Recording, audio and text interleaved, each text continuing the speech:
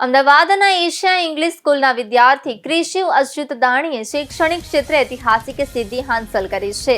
CBSE ધોરણ 12 board પરીક્ષાની પુનઃમૂલ્યાંકન પ્રક્રિયા પૂર્ણ થયા બાદ ક્રિશિવે 500માંથી 499 ગુણ મેળવી દેશભરમાં ઇન્ડિયા ટોપર તરીકે સ્થાન મેળવ્યું છે। વિશેષ વાત એ છે કે પુનઃમૂલ્યાંકન પહેલા ક્રિશિવને કુલ 481 ગુણ મળ્યા હતા। પરિણામની સમીક્ષા બાદ તેના ગુણોમાં નોંધપાત્ર વધારો થતા અંતિમ પરિણામ 499/500 સુધી પહોંચ્યું છે। આ સાથે તેણે એક અનોખો રેકોર્ડ પણ પોતાના નામે નોંધાવ્યો છે।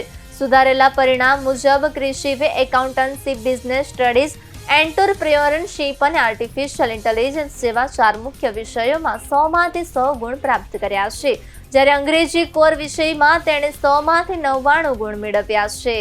ક્રિશિવ અચ્યુતાની કૃષ્ણભાઈ એના ઉપર તો બહુ પ્રસન્ન છું એનાથી, તો I was pretty happy on that. I think it is a very good marksheet. મને 4 100માંથી 100 આવ્યા છે અને એકમાં 99, so that is a great result for me. Pretty happy with that.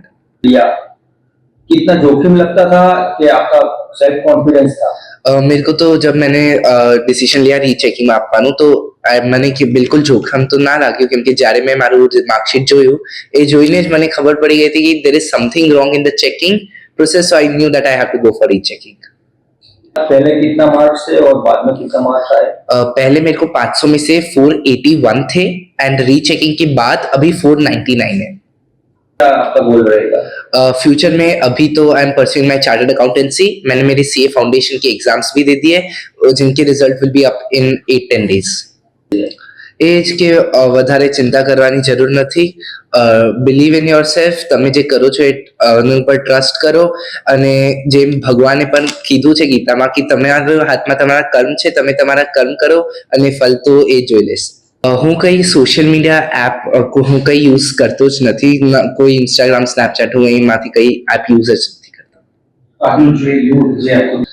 એના ઉપર તો it is all about self control, કે ક્યારે ક્યારે તમે જો that is not bad, but you should know કે ક્યારે તમને શું કરવું છે।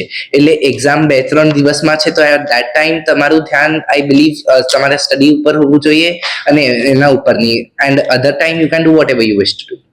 So there were no specific hurdles in that, anything specific. The main thing was keeping your focus and being disciplined towards studying. That was actually the biggest hurdle.